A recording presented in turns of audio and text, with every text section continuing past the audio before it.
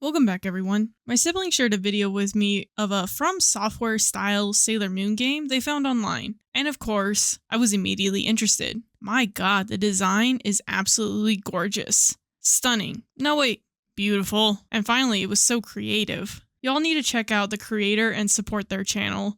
I'll put a link in the description below. The creator's name is Eugenia Lisa, and sorry if I pronounced your name wrong. Now, just to clarify, this isn't an actual game we could play. But holy crap, it is beautiful to see. Before we dive in, I want to let everyone know that I've launched a membership for my channel. For just 99 cents, you can access exclusive custom badges and emojis, including Sailor Moon, Nier, Stellar Blade, and more, with additional Sailor Moon emojis on the way. And for $2.99, you'll get early access to my videos, and they are ad-free. Your support really helps my channel grow. Now, about this game concept. Eugenia Lisa recreated moments straight from the Sailor Moon manga. The original video was labeled too long to read, but no worries, I'll go over each of the themes they used. Life, death, and rebirth. The core premise revolves around the Sailor Guardians being reborn on Earth after the destruction of the Moon Kingdom. This sets up a narrative where the characters must confront their past life traumas and the responsibility of carrying on the legacy they can't fully remember.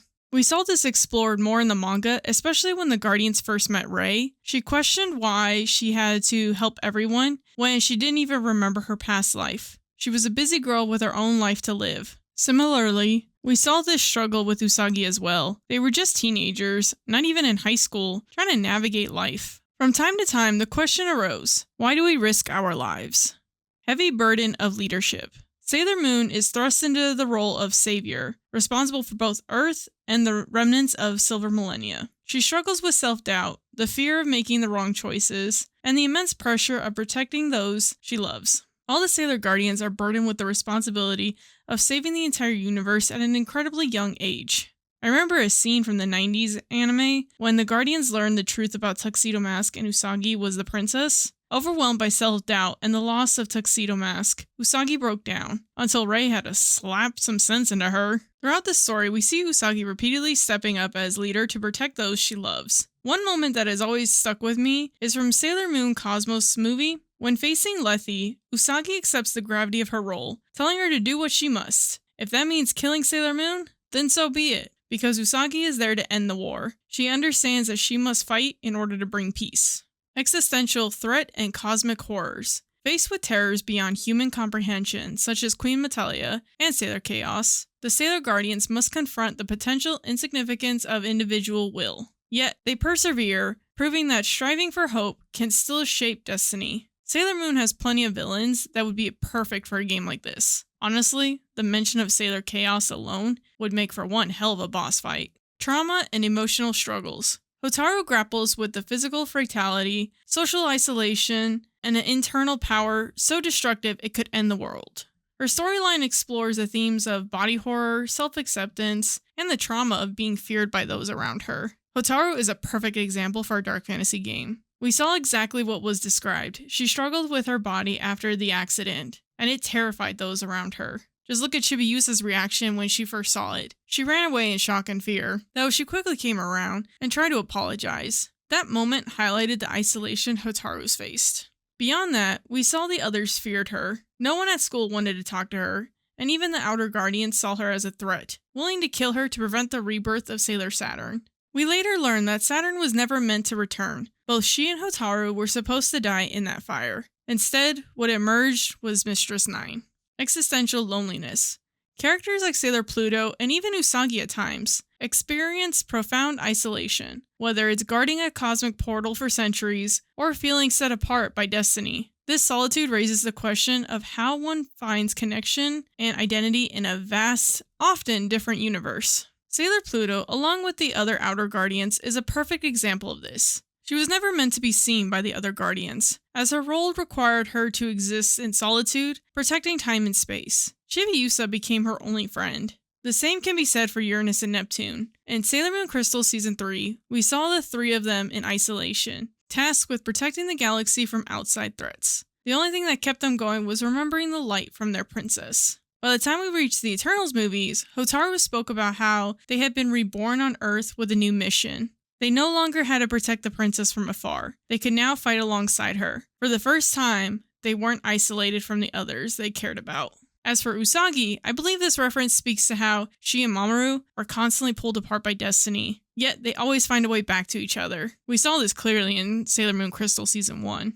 Complex morality and forgiveness. Many antagonists in Sailor Moon have tragic backstories with motivations rooted in love, jealousy, or heartbreak. While they committed terrible acts, the manga often explores their emotional torment and the possibility of understanding or forgiveness. One example that comes to mind is Sailor Galaxia. She endured years of torment before finally awakening to her guardian powers. In her pursuit of power, she committed horrific acts across the galaxy, yet in the very end, the fighting was stopped, not just through force, but through understanding. Shadows of War and Responsibility. The downfall of Silver Millennia wasn't a simple good versus evil scenario. It was shaped by political tensions, betrayals, and personal flaws that led to the kingdom's tragic end. The characters carry guilt and a deep sense of duty, showing that wars, both cosmic and personal, leave scars that linger across lifetimes.